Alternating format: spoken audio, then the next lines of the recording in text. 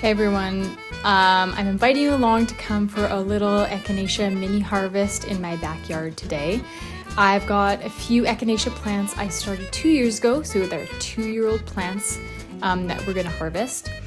Now, the experts recommend that you wait 3 to 4 years to harvest your Echinacea roots, because that is when the full potency and also when the roots will be much larger as well.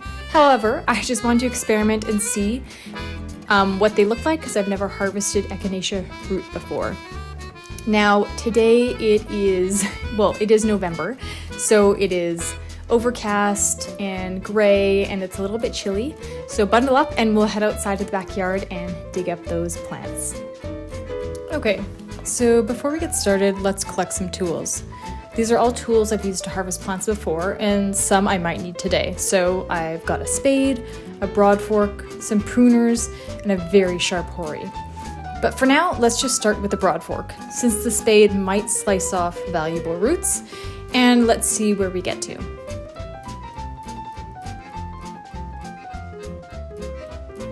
I'm sure a lot of you are pretty familiar with Echinacea as an herb to use for colds and flus. This species in particular is Echinacea purpurea.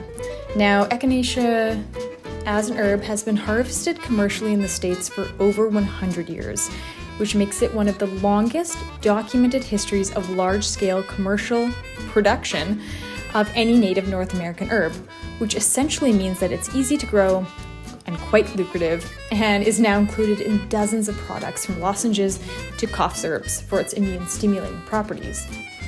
However, Echinacea isn't actually the best herb for acute colds and flus. What is it effectively used for? Traditionally, and modern research supports this, Echinacea is really great for severe infections like septicemia, snake bites and spider bites, infected wounds, and post-surgery care. Michael Moore, the late and great visionary herbalist, not the filmmaker, also suggested it as wonderful to take post-pneumonia to speed up healing and to regenerate injured tissue. I also use it in a mouthwash combined with rosemary, yarrow, and cinnamon for mild gingivitis. Now, as you can see, these roots are pretty small, and you would have to harvest a lot to make a little bit of tincture, which is obviously why people say to leave it for 3 to 4 years to grow that much larger.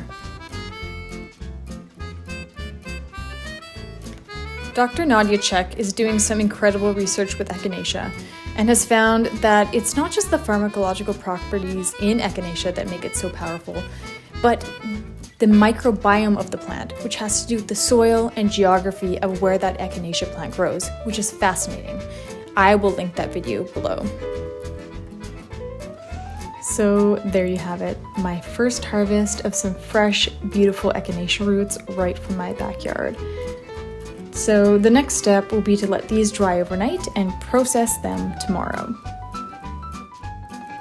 Thanks for coming along on this mini Echinacea harvest today. Now, if you want to start your own Echinacea plants from seed next year, and you know a neighbor who's got some plants still standing, or you have your own Echinacea plants in the backyard, I've linked a short video down below on how to save seed for next year.